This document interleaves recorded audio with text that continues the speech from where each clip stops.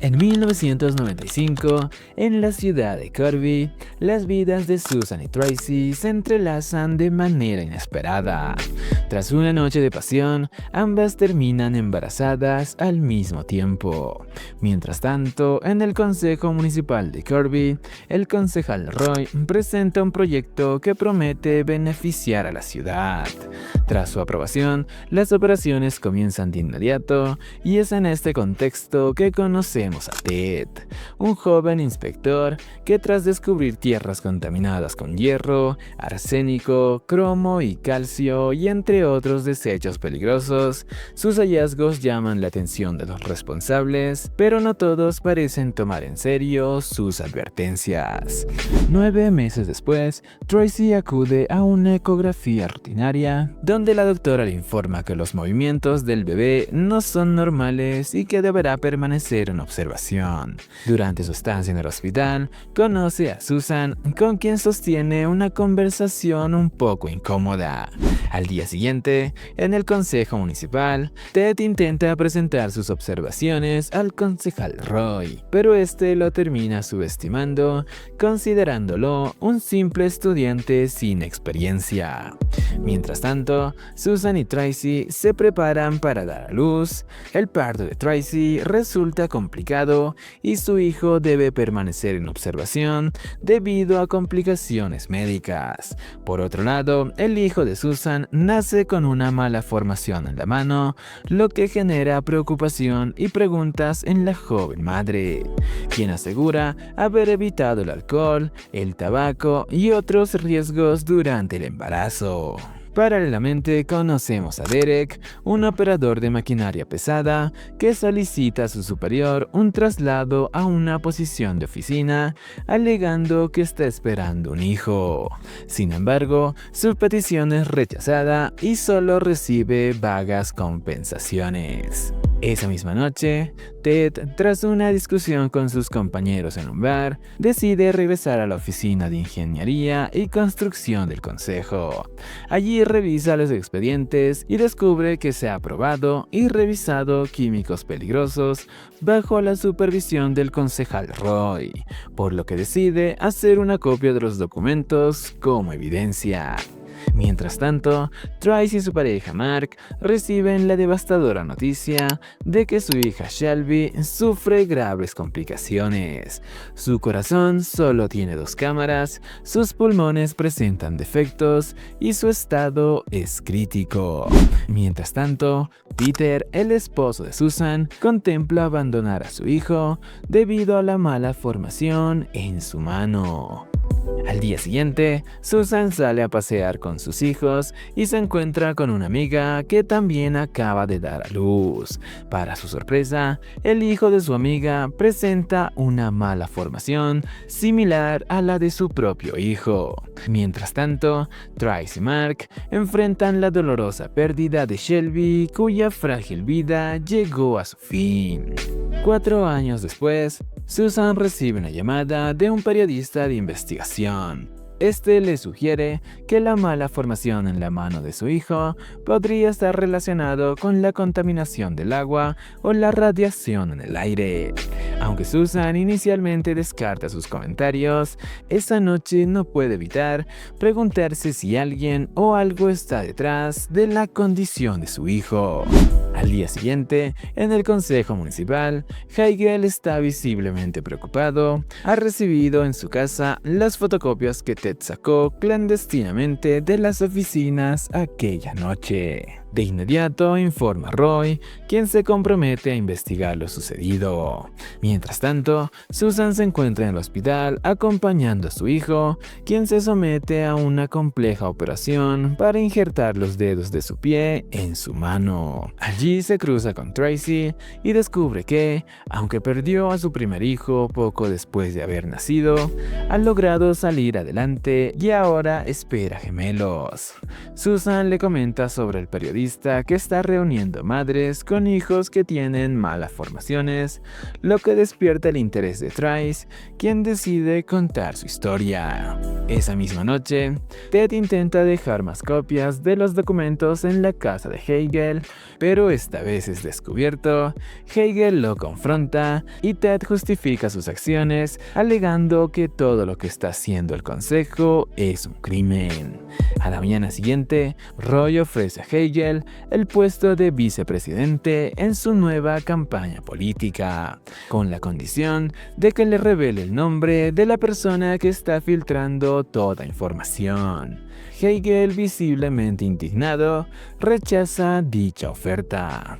Paralelamente, Derek y su esposa Maggie, tras leer el periódico La historia de Susan y Tracy, deciden contactarla, ya que su hijo también nació con una mala formación. Mientras tanto, Tracy da a luz a sus gemelos, quienes nacen en perfecto estado de salud, y días después, mientras pasea a sus bebés, se encuentra con Susan, quien le pide ayuda para organizar un caso legal junto a otras 7 mujeres en situaciones similares. Tracy acepta colaborar y Susan contrata a un abogado. Este les explica que, para ganar el caso, deberán demostrar dónde vivieron las madres, identificar los factores de riesgo compartidos, probar la negligencia y establecer cómo todas terminaron en la misma situación. Con esta información, Susan reúne a todas las madres de Corby con hijos que tienen malas formaciones y les presenta el plan: buscar justicia para sus hijos. Mientras tanto, en el consejo, Ted es despedido sin explicación alguna, y esa misma noche, alguien enciende fuego en las instalaciones donde se guardaban los documentos originales que Ted había descubierto, dejando un misterio sobre quién está detrás de este acto y qué intentan ocultar. Días después, las madres se reúnen nuevamente con el abogado a cargo del caso. Este les explica que, para ganar, deben probar 4 cosas. Primero, que un grupo de mujeres embarazadas al mismo tiempo resultaron afectadas, respaldado por un informe de la autoridad sanitaria. Segundo, que hubo una vía de entrada de la toxina en sus sistemas. Tercero, que esas toxinas tuvieron un impacto directo en sus bebés no nacidos.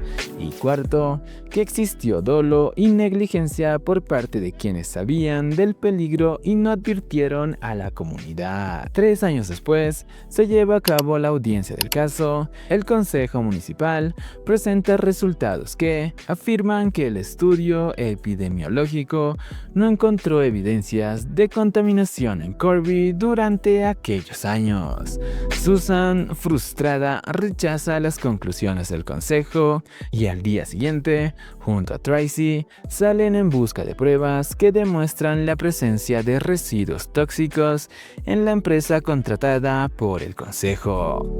Sin embargo, su abogado les advierte que, aunque todos saben que el lugar es tóxico, necesitan demostrar cómo esas sustancias llegaron al suministro de agua o cómo ingresaron al organismo de las madres. Decidido a llegar al fondo del asunto, el abogado comienza a recopilar toda la evidencia posible para fortalecer el caso. Mientras tanto, en el Consejo Municipal, los miembros celebran la renovación de candidatos para las próximas elecciones. Sin embargo, Hegel, desconfiado de las intenciones de Roy, lo confronta y lo acusa de usar la campaña como una cortina de humo para distraer la atención del caso de los niños con malas formaciones. Además, le revela que sabe que Roy fue quien quemó las evidencias en su contra. Hegel entonces anuncia que se presentará como candidato independiente en las próximas elecciones, rompiendo definitivamente su alianza con Roy. Paralelamente, el abogado recibe noticias alentadoras sobre el caso y le pide a Susan que participe en una entrevista de televisión junto a Maggie. otra de las madres afectadas. Y esa noche, ambas mujeres comparten sus historias en vivos, llegando a miles de hogares. La entrevista es vista por Peter, el ex esposo de Susan, quien decide buscarla para hablar sobre su hijo. Sin embargo, Susan, aún dolida por su abandono, lo termina rechazando. Más tarde, el abogado se reúne con un médico que, tras analizar las toxinas, sugiere que el cadmio, un metal pesado, podría estar relacionado con las malas formaciones de los niños. El médico cree que este hallazgo fortalecerá el caso, aunque recomienda excluir a las mujeres que perdieron a sus hijos, ya que no encajan en la misma línea de evidencia. Al día siguiente, Hegel se acerca al abogado para entregarle documentos comprometedores en contra del consejo municipal. Luego, el abogado se dirige a hablar con Tracy para informarle sobre los avances. Durante la conversación, pasan junto a un lote baldío donde se planea una nueva construcción. Tracy comenta que, cuando comience las obras, tendrá que lavar su coche con más frecuencia debido al polvo que los camiones generan. Este comentario hace que el abogado se ponga a pensar, no había considerado el polvo como una posible vía de contaminación. Por la tarde, el grupo de mujeres y el abogado celebran los avances del caso. Finalmente, tienen evidencia sólida que demuestra que las madres inhalaron polvo contaminado con cadmio, lo que explica las malas formaciones en sus hijos. Además, cuentan con documentos del consejo que podrían inclinar el caso a su favor. Con esta nueva información, el abogado está convencido de que están más cerca que nunca de obtener la justicia. Los años pasaron y en 2009 el abogado seguía trabajando incansablemente en el caso. Con todo listo, se dirige al consejo para proponer un acuerdo mutuo entre las autoridades y las madres afectadas. Sin embargo, el consejo se niega rotundamente, argumentando que los documentos presentados eran falsos. Ante esta negativa, el abogado no tuvo más remedio que limitar la demanda a las madres cuyos hijos tenían malas formaciones, excluyendo a aquellas que habían perdido a sus bebés. Con pesar, le informa a Tracy que no podría ser parte de la demanda. La noticia recibida la destroza, pues creía que su hija también merecía justicia. Al día siguiente, el juicio comienza y las madres, junto con el abogado, se enfrentan nuevamente a los miembros del consejo. Durante una pausa, el abogado le explica a Susan que Tracy no formaría parte del grupo demandante. Susan se sintió molesta, sabiendo que sin Tracy todo de esto no habría sido posible. Al día siguiente, tras otra audiencia realizada, el abogado conversa con Hegel y le pide más ayuda. Aunque los documentos que éste habría proporcionado eran valiosos, sin un testimonio que los respaldara no serían suficientes. El abogado necesitaba el nombre de la persona que había filtrado esos papeles. Por la tarde, Susan habla con Tracy y le pide que se uniera al grupo nuevamente para testificar sobre cómo el polvo contaminado habría llegado a su hogar durante las construcciones. Tracy acepta, decidida a luchar por la justicia que su hija se merecía. Al día siguiente, Tracy testifica en la corte, relata cómo el polvo de las construcciones llegaban hasta su hogar y cómo su hija había nacido con malformaciones graves, incluyendo la de una oreja y defectos en sus órganos que le causaron muerte. Susan también da sus argumentos, sin embargo, el abogado de la contraparte intenta desacreditarla, presentando un historial que indicaba que Susan bebía alcohol con frecuencia y había tomado antidepresivos en los años 90. Aunque Susan admite haberlo hecho en el pasado, insiste que durante su embarazo se cuidó y evitó cualquier sustancia dañina. Mientras tanto, Hegel busca a Ted pidiéndole que testificara en el juicio. Ted se niega, argumentando que si lo hace, traicionaría a los amigos de su difunto padre. Paralelamente, Peter intenta convencer a su hijo sobre cómo gastar el dinero que obtendría si ganaban el juicio. Sin embargo, su hijo Connor le cuenta todo a Susan, quien se dio cuenta de que Peter solo había vuelto a sus vidas para beneficiarse del posible acuerdo. Al día siguiente, en la corte, un profesor de física testifica a favor de las madres, explicando cómo el aire contaminado pudo haber viajado hasta sus organismos. El juez considera su testimonio válido, lo que termina fortaleciendo el caso aún más. Sin embargo, solo faltaba poco para obtener el triunfo y finalmente Ted aparece en la corte. Revela toda la información que había recopilado durante su tiempo como inspector, afirmando que los informes presentados por el consejo eran completamente falsos.